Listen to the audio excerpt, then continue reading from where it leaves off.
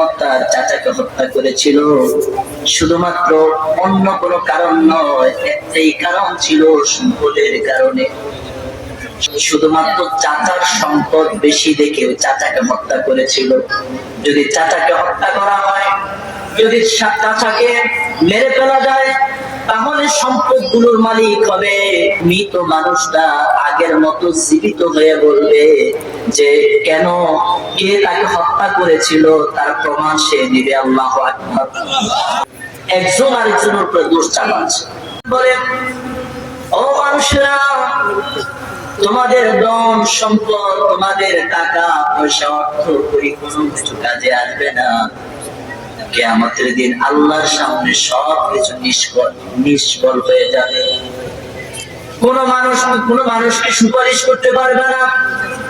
একমাত্র রব্বুল আলামিন যাকে আদেশ করবেন, যাকে অনুমতি দিবেন, এছাড়া সব মানুষের জবানগুলো বন্ধ হয়ে যাবে। ওই দিন কোনো টাকা পয়সা কাজে লাগবে না, সন্তান কোনো উপকারে আসবে না। আল্লাহ রাব্বুল আলামিন বলেন, ইল্লা মান আতাল্লাহ বিকলবিন সালিম। একমাত্র যদি এমন একটা নফস নিয়ে, এমন একটা কলম নিয়ে যদি আসতে পারো, আল্লাহ রাব্বুল আলামিন বলেন ওই কলম থেকেই তোমাকে নাজাত দিয়ে দিবে। সেই আত্মা তো আমাদের প্রয়োজন আছে না নাই? সেই আত্মা করে, সেই আত্মা নিয়ে যদি কবরে যাওয়া হয়, আল্লাহ বলেন ইল্লা মান আতাল্লাহ বিকলবিন সালিম, সে পবিত্র সালিম আত্মা নিয়ে কবরে যেতে হবে। আমার ভাইয়েরা, এছাড়া গেলে আমাদের উপায় নাই, আমাদের উপায় নাই। আমি শুরুতেই একটি আয়াতে কারিমা তেলাওয়াত করেছিলাম। আল্লাহ রাব্বুল আলামিন বলছেন, وَإِذْ قَتَلْتُمْ نَفْسًا فَادَّارَأْتُمْ فِيهَا وَاللَّهُ مُخْرِجٌ مَا كُنتُمْ تَكْتُمُونَ। আল্লাহ রাব্বুল আলামিন বলেন, স্মরণ করো সেই সময়ের কথা। কোন সময়? হযরত মূসা আলাইহিস সালামের সময়ের কথা আল্লাহ পাক বলছেন। বনী ইসরাইলের কথা তোমরা স্মরণ করো, যে বনী ইসরাইলের সময় নবী মূসা আলাইহিস সালামের জামানায় তার উম্মতের মধ্যে এক উম্মত তার চাচাকে হত্যা করেছিল শুধুমাত্র অন্য কোনো কারণ নয়, একটাই কারণ ছিল সম্পদের কারণে। সম্পদের লোভ আছে না নাই? আল্লাহ রাব্বুল আলামিন সূরাতুল বাকারার মধ্যে আল্লাহ পাক 72 নম্বর আয়াতের মধ্যে বলছেন, ও বান্দারা, স্মরণ করো ওই সময়ের কথা যখন মূসা আলাইহিস সালাম তার উম্মতের মধ্য থেকে এক লোক শুধুমাত্র চাচার সম্পদ বেশি দেখে ওই চাচাকে হত্যা করেছিল। যদি চাচাকে হত্যা করা হয়, যদি চাচাকে মেরে ফেলা যায়, তাহলে সম্পদ গুলোর মালিক হবে। ওই সময়ের কথাটা তোমরা স্মরণ করো। আল্লাহ রাব্বুল আলামিন বলেন, وَإِذْ قَتَلْتُمْ نَفْسًا فَادَّارَأْتُمْ فِيهَا। যখন মূসা আলাইহিস সালামের জামানায় লোকটাকে হত্যা করা হলো, তখন সব লোকেরা একজন আরেকজনের উপরে দোষ চাপাচ্ছিল। কেউ তা স্বীকার করে নিচ্ছেন না যে আমি হত্যা করেছি, একজন আরেকজনের উপরে দোষ চাপাচ্ছে। এমন মুহূর্তে আল্লাহ রাব্বুল আলামিন হযরত মূসা আলাইহিস সালামকে নোটিশ করলেন, ও মূসা, যেহেতু তোমার এই উম্মতরা, তাদেরকে বারবার আমি শায়েস্তা করলাম, তারই বলেছিল আল্লাহ, ও মূসা, আল্লাহর পক্ষ থেকে কিতাব দাও। ওই কিতাব দেওয়ার পরে আমরা ওই কিতাব মেনে চলবো, আল্লাহকে মেনে চলবো, তোমাকে মেনে চলবো। সব ওয়াদা কমপ্লিট হলো। এবার মূসা আলাইহিস সালাম তার কওমকে নিয়ে যখন তুর পাহাড়ের কাছে গেলেন, আল্লাহ রাব্বুল আলামিন তুর পাহাড়ের কাছে যাওয়ার পরে আল্লাহ পাক তাদের মধ্যে কিতাব দান করলেন। মূসা আলাইহিস সালাম কিতাব নিয়ে আসলেন। সবাইকে বললেন এই কিতাবকে তোমরা মানো, এই কিতাবকে তোমরা অনুসরণ করো, এক আল্লাহর ইবাদত করো, এক আল্লাহর ইবাদত করো। সবাইকে দাওয়াত দেওয়া হলো, কিন্তু বনি ইসরাইলের মানুষগুলো এত টেরা ছিল, এত টেরা প্রকৃতির মানুষগুলো ছিল। ওই বনি ইসরাইলের মানুষগুলো তারা অস্বীকার করলো, তারা বললো আমরা মানতে চাই না, আমরা কিতাব মানতে চাই না, আমরা আপনার হুকুম আহকাম গুলো সঠিকভাবে আদায় করতে চাই না। ওই মানুষগুলো বারবার খাতরা করতে শুরু করে দিল। আল্লাহ রাব্বুল আলামিন এবার ওই মানুষগুলোর উপরে দূর পর্বতটাকে উপর করে চললেন। তো আল্লাহু আকবার, চিল্লায় বলেন আল্লাহু আকবার।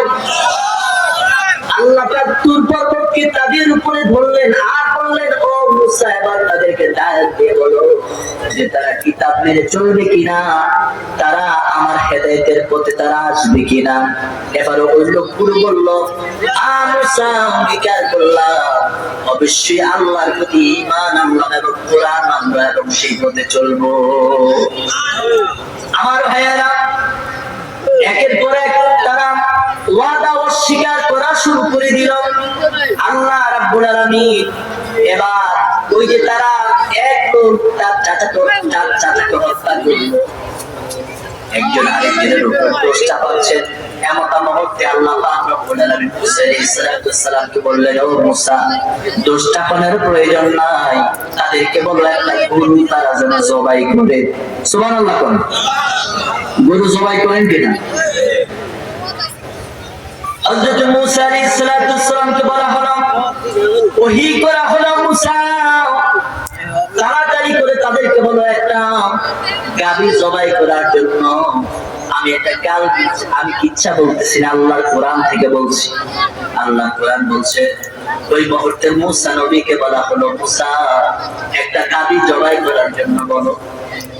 আর এই গাভীটা জবাই করার পরে এই গাভীর গোশতটা যখন তাদের শরীরের সাথে লাগাবে, মৃত ব্যক্তির শরীরের সাথে লাগাবে, মুহূর্তের মাঝে গাভীর গোশত লাগার সাথে সাথে মৃত মানুষটা আগের মতো জীবিত হয়ে বলবে যে কেন, কে তাকে হত্যা করেছিল তার প্রমাণ সে দিবে। আল্লাহু আকবার। আরেকটু জোরে বলেন না আল্লাহু আকবার। আমার আল্লাহ কি মৃত মানুষকে জীবিত করতে পারেন কি পারেন না? আরেকটু জোরে বলেন, পারেন কি পারেন না? নবী ঈসা আলাইহিস সালাম তো বিসমিল্লাহ বলে মৃত মানুষটা জীবিত হয়ে তার সাথে কথা বলতো। আল্লাহু আকবার। আমার ভাইয়েরা, নবীদের কাছ থেকে যেই মুজিজা প্রকাশিত হয়, আশ্চর্যজনক অলৌকিক ঘটনা, ওইটাকে বলে মুজিজা। কি বলে? আমার নবীর মুজিজা আছে না নাই? আমার নবী আবু কুবাইস পাহাড়ের উপরে গিয়ে যখন চন্দ্রটাকে দ্বিখণ্ডিত করলেন, সব মানুষ দেখলেন আসমানের বিশাল বড় চন্দ্রটা পাহাড়ের দুইটা উপর দিয়ে দুইটা ভাগ হয়ে গেল। মানুষগুলো দেখে আশ্চর্যান্বিত হয়ে গেল। আবু জাহেল বলল, মুহাম্মদ এতদিন তুমি বললা তুমি নবী, আমি তো দেখতেছি তুমি একটা জাদুকর। চিল্লায় বলেন নাউজুবিল্লাহ। আমার নবীর মুজিজা আছে না নাই? এই রজব মাসে এমন এক মুজিজা করানো হলো, পৃথিবীর সব বিজ্ঞানীকে খ্রিস্টান হয়ে গেল। কিয়ামত পর্যন্ত যদি তারা যায়, আকাশ পর্যন্ত পৃথিবীর কোন বিজ্ঞানী যেতে পারবে না। একমাত্র রাহমাতুল লিল আলামিন এই রজব মাসে আল্লাহর নবী আল্লাহর দিদার করেছেন। আসমান ভেদ করে, আরশে আজিম ভেদ করে, লা মাকাম পর্যন্ত গিয়ে আল্লাহর দিদার করে এসেছেন। কিয়ামত পর্যন্ত চ্যালেঞ্জ ছুড়ে দিলেন, আমার নবীর মতো এরকম এত উদ্যম করে যাওয়া আর পৃথিবীর কোন বিজ্ঞানীকে এটা হবে না। ঠিক কিনা বলেন? আমার নবী এমন বিজ্ঞানী যে সব বিজ্ঞানীকে ফেল করে দিয়েছেন। ঠিক কিনা বলেন? সুবহানাল্লাহ বলেন। হাজিরিন, আমার নবীরও মুজিজা। আমার ভাইয়েরা, আমি যে কথা বলতে চাচ্ছি, আল্লাহ রাব্বুল আলামিন পবিত্র কুরআনুল কারীমের মধ্যে বলেন, যখন তোমরা গাভীটি জবাই করবা, ওই গাভীর গোশতটা যখন মৃত মানুষের গায়ের সাথে লাগাবা, ওই মৃত মানুষটা জীবিত হয়ে সাক্ষী দিবে তাকে কে হত্যা করেছিল। সুবহানাল্লাহ। এবার মুসা আলাইহিস সালাম তার কওমের কাছে গিয়ে বললেন, আল্লাহ রাব্বুল আলামিন এই আদেশ করলেন যেহেতু তোমরা কেউ স্বীকার করে দিচ্ছ না কে এই লোকটাকে হত্যা করেছো, আল্লাহ পাক এইমাত্র ওহী করলেন যে একটা গাভী যদি তোমরা কোরবানি করো, ওই গাভীর গোশতটা মৃত মানুষের শরীরের সাথে লাগানোর পরে ওই মৃত মানুষটা জীবিত হয়ে সাক্ষ্য প্রদান করবে কে তাকে হত্যা করেছিল। সুবহানাল্লাহ পড়েন। এবার বনী ইসরাইল সোজা কথা বুঝতে চায় না, ওই বনী ইসরাইলের মানুষগুলো এবার ডাক দিয়ে বলো, মুসা স্পষ্ট করে বলো। বলে কি স্পষ্ট করে বলবো? বলে স্পষ্ট করে বলো। হযরত মুসা আলাইহিস সালামকে বলল, মুসা তুমি স্পষ্ট করে বলে যে তোমার আল্লাহ রাব্বুল আলামিন তিনি কি বলেছেন কেমন গরু দিতে, গরুর বয়স কেমন হবে এটা বলো। আল্লাহ বলছেন এটা গরু দেওয়ার জন্য, এখন তারা চাইতেছে এটার বয়স কত হইব। সোজা যেটা হয় এটারে বাঁকা কোনো দরকার আসেনি। এখন বনী ইসরাইলের কাজ হলো পেঁচানো। হযরত মুসা আলাইহিস সালাম আল্লাহর কাছে বললেন, আল্লাহ এই জাতি বলতে চায় যে কোন ধরনের গরু দিবে, এটার বয়স কেমন হবে। এবার আল্লাহ পাক রব্বুল আলামিন আয়াত নাযিল করলেন, আল্লাহ পাক ওহী করলেন যে মুসা তাদেরকে বলো যে এমন একটা পশু কুরবানি দিতে, এমন একটা গাভী জবাই করতে যেটা বৃদ্ধ না আবার একেবারে ছোট। কথা কি বুঝতে পারছেন? ঠিক আছে।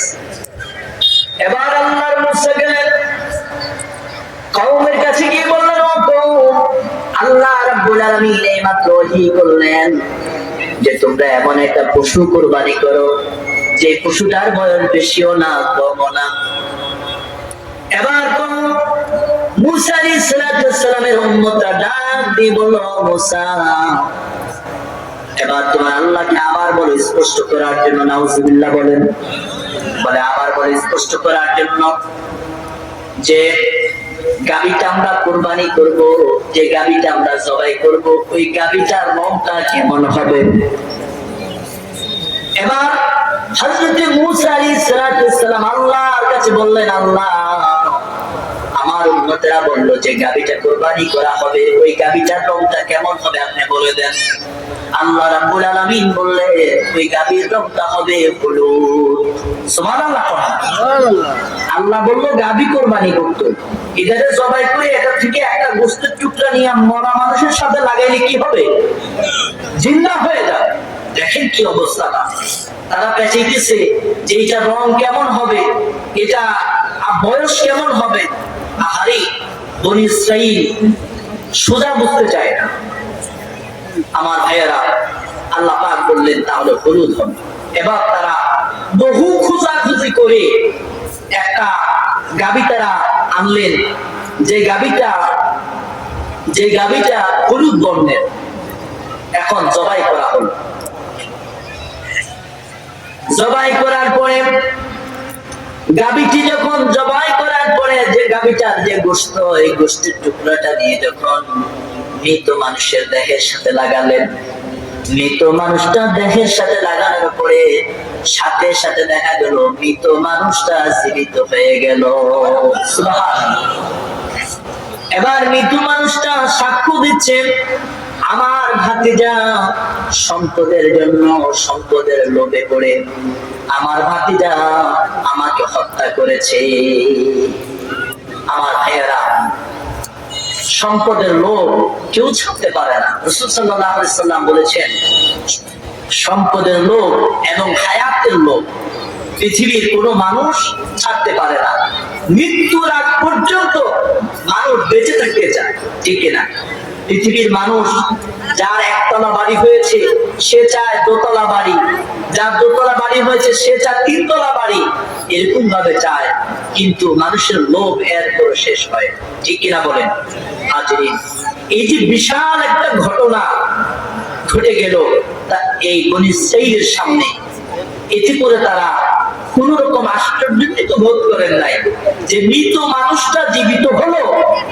তারা কোন রকম বিস্মিত হয় নাই, কোন রকম চিন্তাও করে নাই। নাউজুবিল্লাহ পড়েন। আল্লাহ রাব্বুল আলামিন সেই কথাটাই কোরআনুল কারীমের মধ্যে তুলে ধরলেন। ثم قست قلوبكم من بعد ذلك فهي كالحجارة أو أشد قسوة আল্লাহ রাব্বুল আলামিন বলেন কি ব্যাপার তোমাদের সামনে এত আশ্চর্যজনক এত বিস্ময়কর ঘটনা এত বড় অলৌকিক ঘটনা ঘটে গেল যে মৃত মানুষটা পৃথিবীর কোনো মানুষ জীবিত করতে পারবে না পৃথিবীর কোনো মানুষ মৃত মানুষকে জীবিত করার মতো শক্তি পৃথিবীর কোনো মানুষের নাই কিয়ামত পর্যন্ত যত মানুষ চেষ্টা করবে তারপর মৃত মানুষকে জীবিত করার মতো কোনো সাধ্য নাই এত বড় আশ্চর্যজনক একটা ঘটনা তোমাদের সামনে ঘটে গেল তারপরও তোমাদের কলব কেন নরম হলো না তোমাদের কলব এত শক্ত কেন আল্লাহ রাব্বুল আলামিন বললেন তাদের কলবটা কেমন শক্ত আল্লাহ পাক রব্বুল আলামিন বলেন ফাহিয়া কাল ইজারা আল্লাহ বলে তাদের কলবটা এমন শক্ত যে পাথরের মতো শক্ত নাউজুবিল্লাহ এরপরে আল্লাহ রাব্বুল আলামিন বলেন শুধু পাথরের মধ্যে না আও আশাদ্দু কাসওয়া আল্লাহ রাব্বুল আলামিন বলেন শুধু পাথর নয় আল্লাহ রাব্বুল আলামিন বলেন পাথরের চেয়ে আরো কঠিন তাদের কলব যার কারণে আমি আল্লাহ পাকের এত বড় অলৌকিক ঘটনা ঘটার পরে মানুষগুলো একবারও চিন্তা করলো না এটা কত বড় অলৌকিক ঘটনা এটা একমাত্র আল্লাহ রাব্বুল আলামিনের পক্ষ থেকে হয়েছে ঠিক কি না বলেন আমার ভাইয়েরা এত বড় ঘটনা ঘটে গেল এরপরও তাদের কলবগুলো নরম হয় না আল্লাহ রাব্বুল আলামিন বলেন এদের কলবটা পাথর এরপরে আল্লাহ পাক বলেন আও আশাদ্দু কাসওয়া আল্লাহ পাক এরপরে বলেন শুধু পাথরই না তাদের কলবগুলো পাথরের চেয়েও শক্ত ইন্না লিল্লাহ এই শক্ত কলবওয়ালা আমাদের মাঝে আছে না নাই আছে না বিশ্বজিতের মতো সেই যেভাবে পিছন থেকে চাবাড়ি দিয়ে আপনার মারা হলো আমরা তো ভুলি নাই বলছি আমরা আরো কত এরকম মানুষকে সেই আমরা দেখেছিলাম বহু লোককে যাদেরকে কুপিয়ে কুপিয়ে হত্যা করা হয়েছে এরকম পাষাণ্ড এরকম পশুসুলভ আচরণ তারা তাদের কলবটা খারাপ হওয়ার কারণে গোটা জগৎটা তাদের কাছে অন্ধ হয়ে গেছে নাউজুবিল্লাহ মনে রাখবেন এই পৃথিবী এটি একদিন শেষ হয়ে যাবে কুল্লু মান আলাইহা ফান সব কিছু একদিন শেষ হয়ে যাবে একমাত্র আল্লাহ থাকবে ক্ষমতা কার বলে আল্লাহ অতএব দুনিয়াদারি এগুলো কিছু না এগুলো ছেড়ে একমাত্র আল্লাহর মুখী হতে হবে এর বিকল্প পথ আমাদের নেই এজন্য কলবটাকে ঠিক করতে হবে আর এই কলবটা যদি ঠিক না হয় সব আপনার জলাঞ্জলি হয়ে যাবে এই জন্য আপনার কলবের জন্য চিকিৎসা করা আল্লাহ রাসূল সাল্লাল্লাহু আলাইহি সাল্লাম কলবকে অত্যন্ত গুরুত্ব দিয়েছেন নবীজি বলেছেন আলা ওয়া ইন্না ফিল জাসাদি মুদগা যে শরীরের মধ্যে এমন একটা গোশতের টুকরো আছে এই গোশতের টুকরোটার কথা নবীজি বলেছেন যে ইদা সলুহাল